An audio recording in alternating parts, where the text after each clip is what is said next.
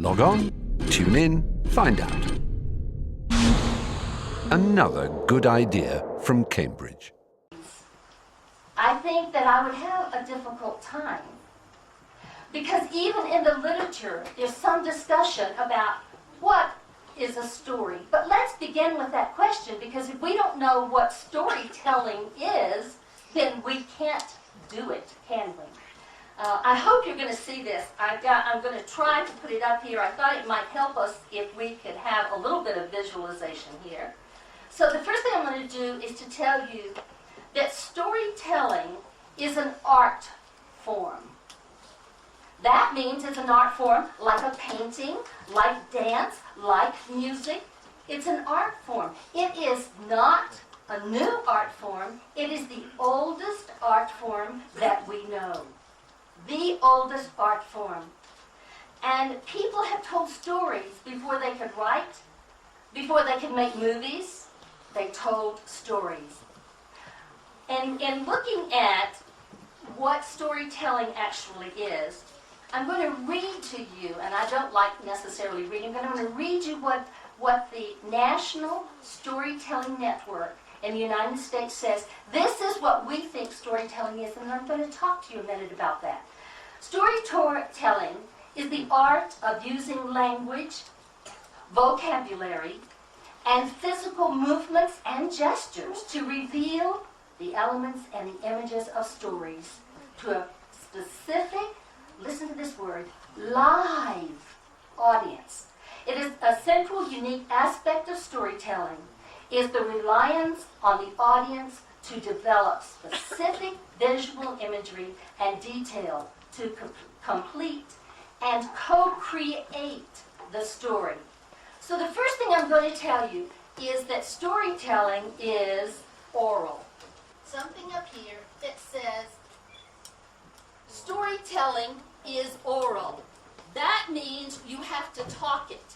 That means it has to be at a place where there is somebody who can hear what you are saying. Storytelling is live.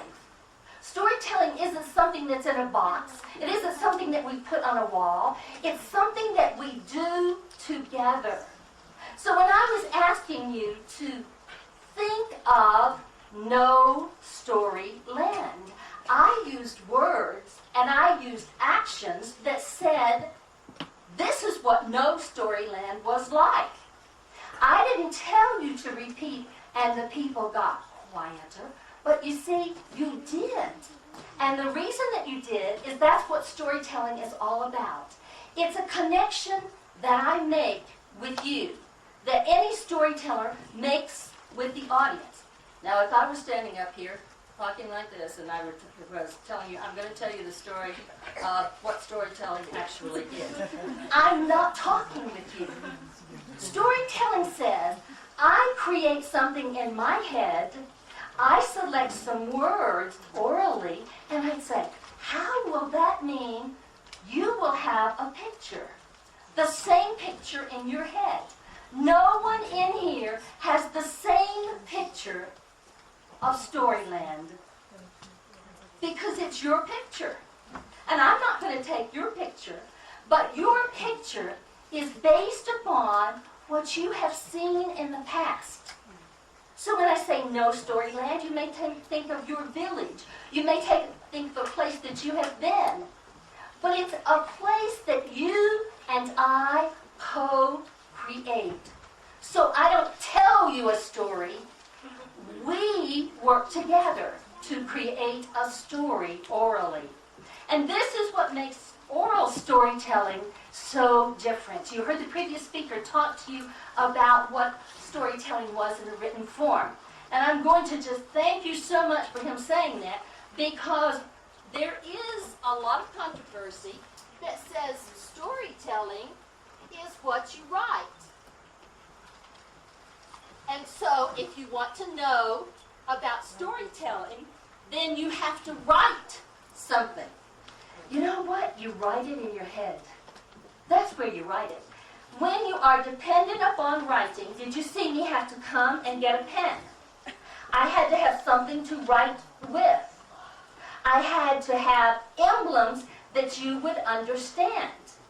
I don't write Bhutanese. I don't write a lot. My foreign language happens to be signing. So I sign, but I don't speak a foreign language. Right? So you don't understand that. We have to have the same language code, the same writing code if we're going to write. And the other thing you have to have is you have to have something to write with and something to write on. And if you don't have those, then you can't write. Writing requires that you learn how to do it. What is so wonderful about storytelling is if you begin to learn language through stories, which we do, then all you have to do is open your mouth and start talking. And you'll create a story.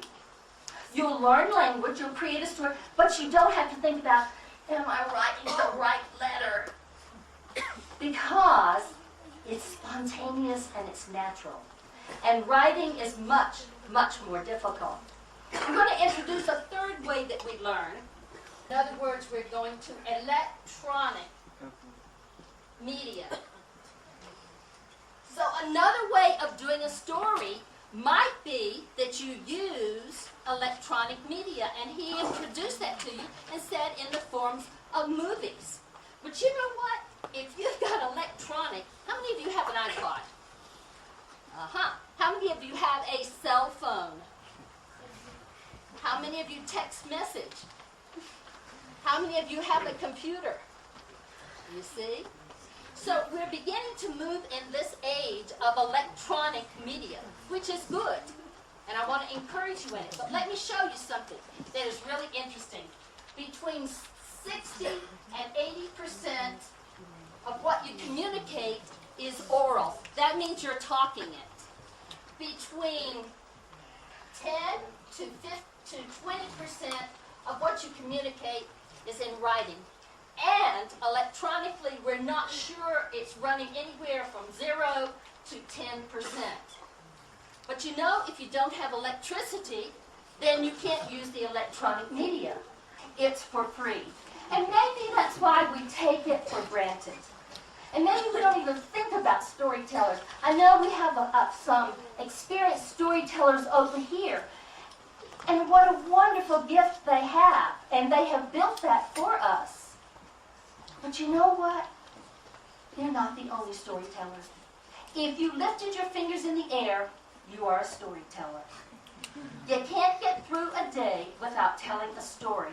And that's really what I'm trying to do with you right now, is to say to you that storytelling is a part of the oral tradition that is so magnificent here in Bhutan. If we do not keep working at it, we will lose it. Let me tell you another reason why storytelling is so important. Storytelling, if you look at it in a school setting, and we have a number of students here, it has been described as, now listen to this carefully, the #1 literacy tool. The #1 literacy tool. It is the ultimate way that teachers have, and it's free. It's the ultimate way that a teacher in the classroom can reach the students, so that instead of you sitting here and just spouting back facts, so-and-so was born in such and such, and so-and-so did such and such, and so-and-so, 2 times 7 is 14, da, da, da, da. Instead of doing that, that teacher can put that information, we call it embedding it, in the curriculum, and all of a sudden, those facts that you hate so much to memorize, they become fascinating for you. They become real, so that when they go up here in your brain, they're filed. And they're filed with a story. It's the story that makes the fact real, relevant, and something to remember. It is a natural tool. As I said, it's right there. You just use it and not be afraid of it. It motivates. How many of you as students have gone into a classroom and said, well, I have to go to class. Well, I have to learn this. Do you wake up and say,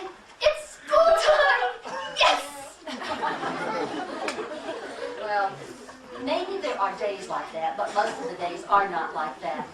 So what happens is, teachers, you walk in and here are your students. Hi, everyone! It's time to start the day. Are we happy? Eager minds ready to learn. Let me tell you that in interviewing storytellers, which is part of what I did for this project, in interviewing national storytellers, they told me that they rarely go into a situation to work with any age group that they don't become motivated. They push the storyteller. Instead of the storyteller pushing them, they are motivated because, listen to this, stories beget stories. Stories beget stories. That means that if I tell you a story, you tell me a story. And when you tell me a story, you're recalling everything that you filed up here. And you're making it useful for you. And that's what we want to do. It makes your storehouse of information real and relevant. It also will give you as a teacher, and will give you as a parent, it will give you as an educator, it will give you as a student a freedom to learn. I don't have to, I want to. Let me tell you a little side story here. I've been traveling, I came from the United States, and I traveled in India for 6 days with 2 people from the United States. They were my storytellers. They were my story teachers. Oh, I read the books before we went. But suddenly, being there with those 2 men and listening to the stories was a fascinating and a growing kind of thing for me. We also find that when you do storytelling in the classroom, students want to write. Did you hear what I said? They want to write. They want to write what they've spoken. They want to read more. They want more information because you can't learn storytelling by just sitting. And so they begin to research it. Stories are trapped information. Say that again. Stories are trapped information. You've all got the stories and it's trapped inside you so that when you have an opportunity, then you can begin to share your stories. You have a literacy rate here. The last figures I heard was about 47%. That's less than half of you are literate. Less than half of the people of Bhutan can read and write, but you're happy. That concerns me. We have the same problem in the United States. We have students that go to school and end up being illiterate. You go to school for 12 years and you come out illiterate? That's hard to understand, but it's true. You don't learn to read and you don't learn to write. Perhaps we've got the emphasis on the wrong syllable. Perhaps we're emphasizing the wrong thing. I'm going to give you a 3-step plan, and I don't know if this plan will work for you. When I was asked to do this, I said, all right, I'll give some strategies that have worked in the United States, but you are your own strategist. I can't give you a plan because there's no one plan that fits all. But I'm going to tell you that if you are going to make storytelling real in Bhutan, if you're going to make it a part of who you are, there are 2 parts to it. They involve adults and, they involve children. You cannot do one without the other. You can't focus on the children if you have not concentrated on the adults. So, I'll give you a 3C. 3 C's. Everybody got that? 3 C's to remember. The first one is, that I would suggest to you, is start with a conference. Whoa! You are already started. You have the first conference. In the United States, we have a conference every year. A national conference every year, because we need it. The second thing I would tell you is, the second C is concern.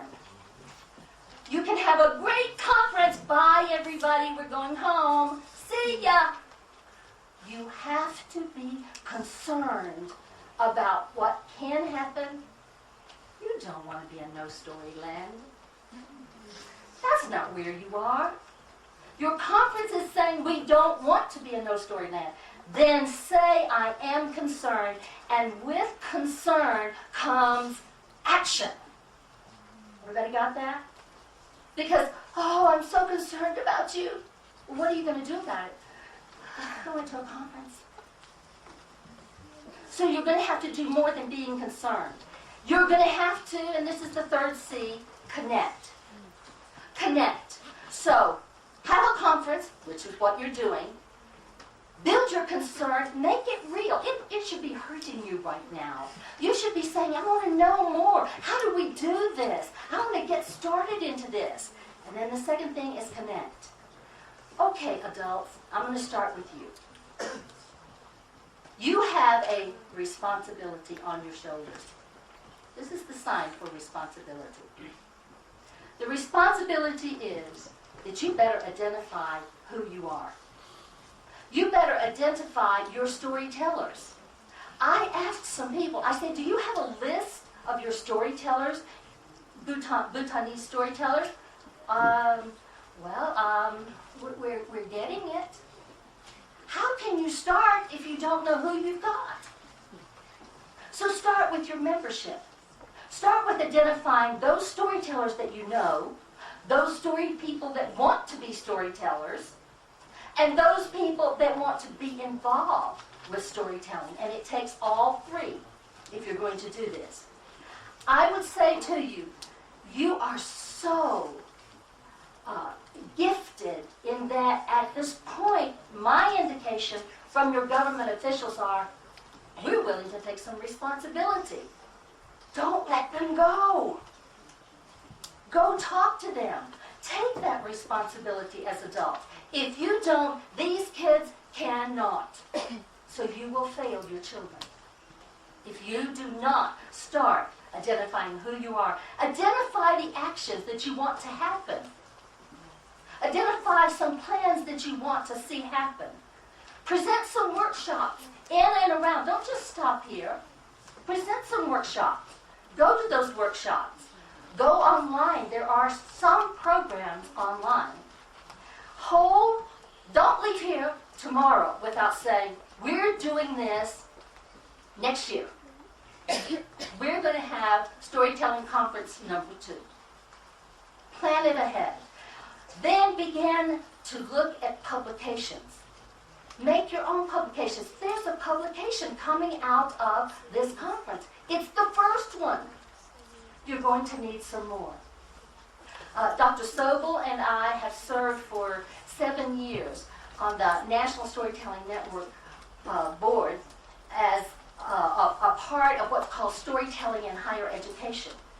Dr. Sobel had the vision to say, we must have a publication that addresses the, listen to me, research in the area. We have a research journal in storytelling. And Mr. Evans has also served as a liaison on that board. Because we know you've got to document what is happening. Then we have a magazine.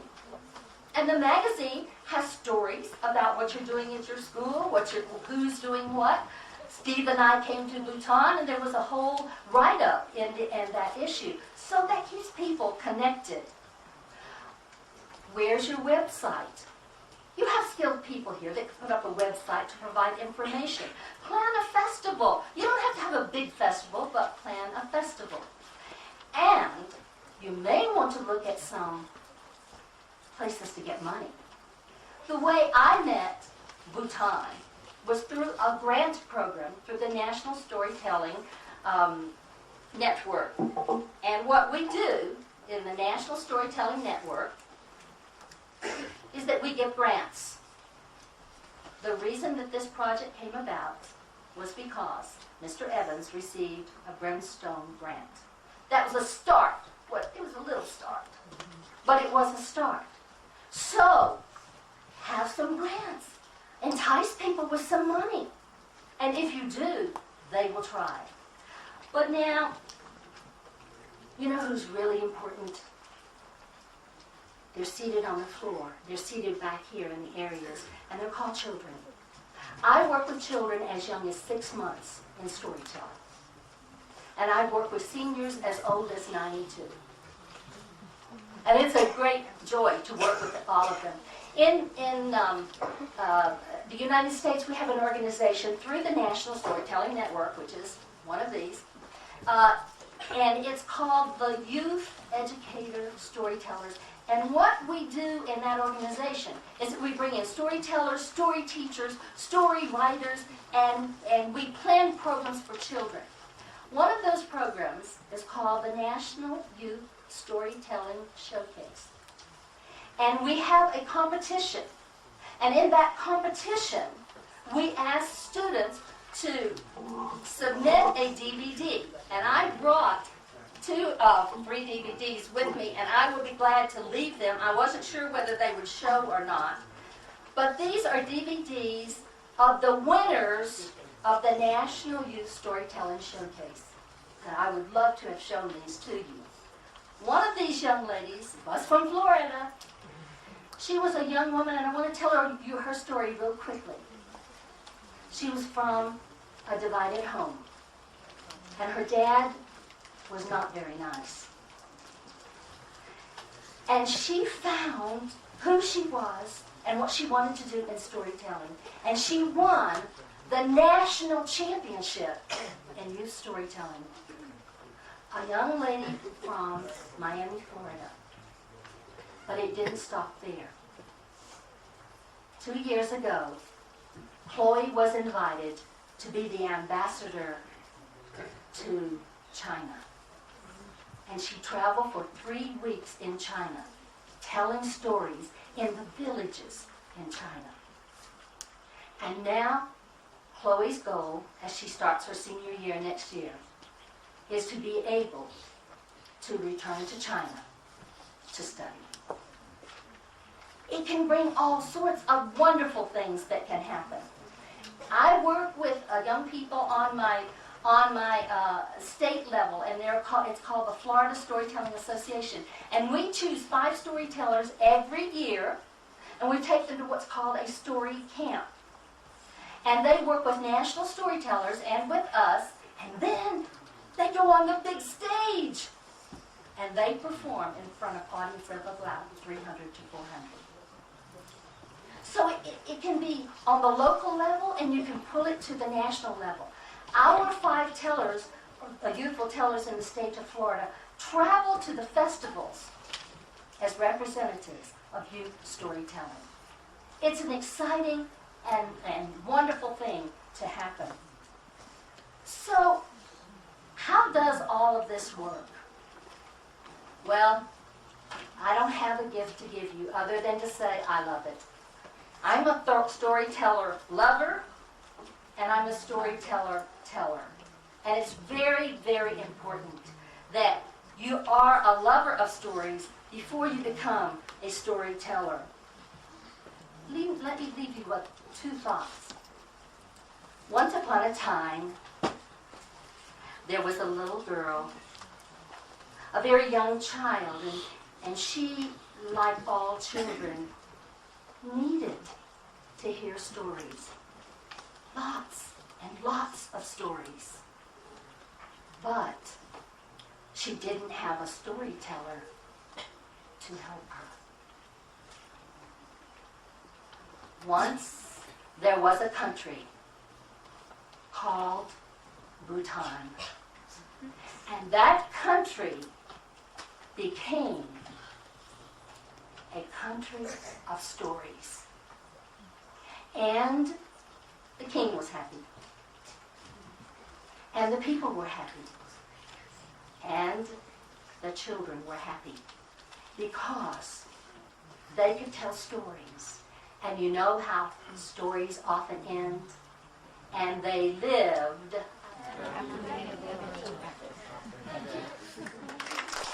We youth feel that we are made the scapegoat of the degrading traditional values and morals. We talk about youth idealizing foreign actors, artists, athletes, so on as models. As you may be enlightened, our idealizing models depend on the education we receive and the values instilled at a growing age. Thus, we are concerned that the opportunities to understand and inculcate our values, idolize our heroes are less, if not non-existent, when our systems and education teach us foreign literature and foreign values. We do not mean that we lack of such literary wealth. We do have, in documented or oral forms. Probably we fail to explore and value those indispensable wealth we have, or we are ignorant to appreciate them and envy others. To be honest, we won't be afraid to idolize like Lingesser, Milarepa, Meme, Hele Hele, so many, because we understand we are the bridge, the future. We have the great expectation to preserve our tradition, to become Buddhist and live with our values. You know what, adults? I hope you listened to his story. I hope you listened carefully, because what I heard you say was, we do respect what we're given. We do respect the stories of our culture. We do respect our country, but we know that there are other things that we need to learn. Is that what you're saying? And please give us that opportunity.